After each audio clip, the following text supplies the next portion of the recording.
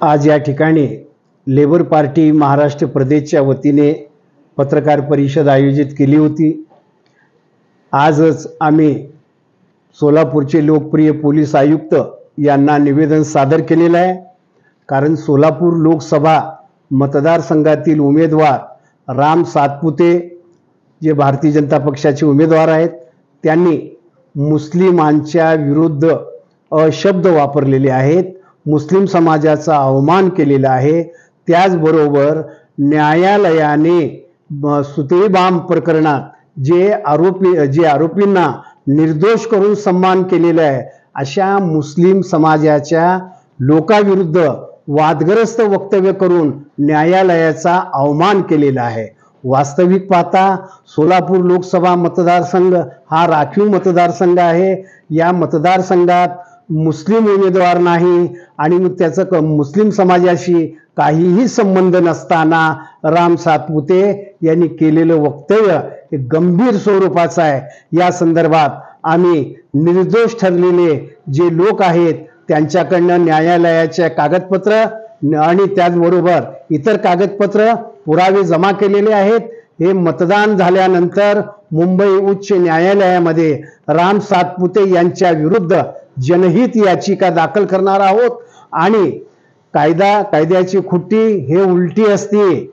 जाताना मस्क्यासारखं जाती, निघताना मांस पिशा घेऊन निघती। याची कल्पना राम सातपुतेला नसेल ती आम्ही त्यांना कायद्याचा झटका देऊन दाखवून देऊ।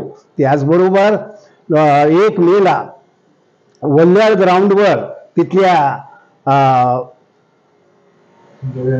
देवेंद्र राजेश कोटे या माजी नगरसेवकाने या तरुणाने त्या ठिकाणी मुस्लिम समाजाचा काही संबंध नसताना मुस्लिम समाजाला अपशब्द वापरले, त्यांचा अवमान केला। त्याचबरोबर शास्त्रीनगर आणि नई जिंदगी हा जो भाग आहे हा मुस्लिम बहुसंख्य भाग आहे।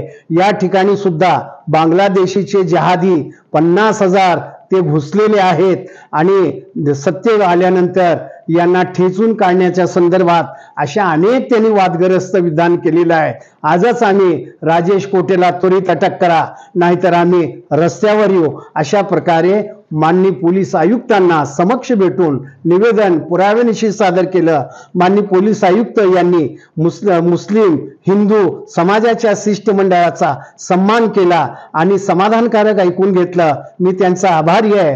पोलीस आयुक्तांनी सांगितलं उद्याचं मतदान झाल्याबरोबर 2 दिवसात कायदेशीर प्रक्रिया आम्ही पार पाडू आणि देवेंद्र कोठे याला त्वरित अटक करण्यात येईल आणि कायदेशीर कारवाई करण्यात येईल। आयुक्त साहेबांनी सांगितलं कोणीही कायदा हातात घेऊ नये, तो कोणीही असो, आणि कोण कायदा हातात घेत असेल त्याला कायद्याचा दणका देण्यात येईल असेही त्यांनी सांगितलं। त्याबद्दल या ठिकाणी मी एवढं सांगू इच्छितो, कुठलाही समाज असो कोणीही कुठल्याही समाजावर वैयक्तिक स्वरूपाची टीका करू नये आणि असं जर झालं तर भारतीय समाज पेटून उठावं आणि त्याला विरोध करावं आणि या मोदी सरकारच्या भारतीय जनता पक्षाला मूठ माती द्यावी, अशा प्रकारे या ठिकाणी मी माझं मत व्यक्त करतो।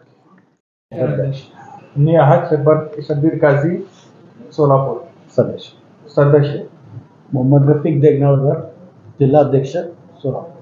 चंद्रशेखर बदलापुरे, लेबर पार्टी उपाध्यक्ष।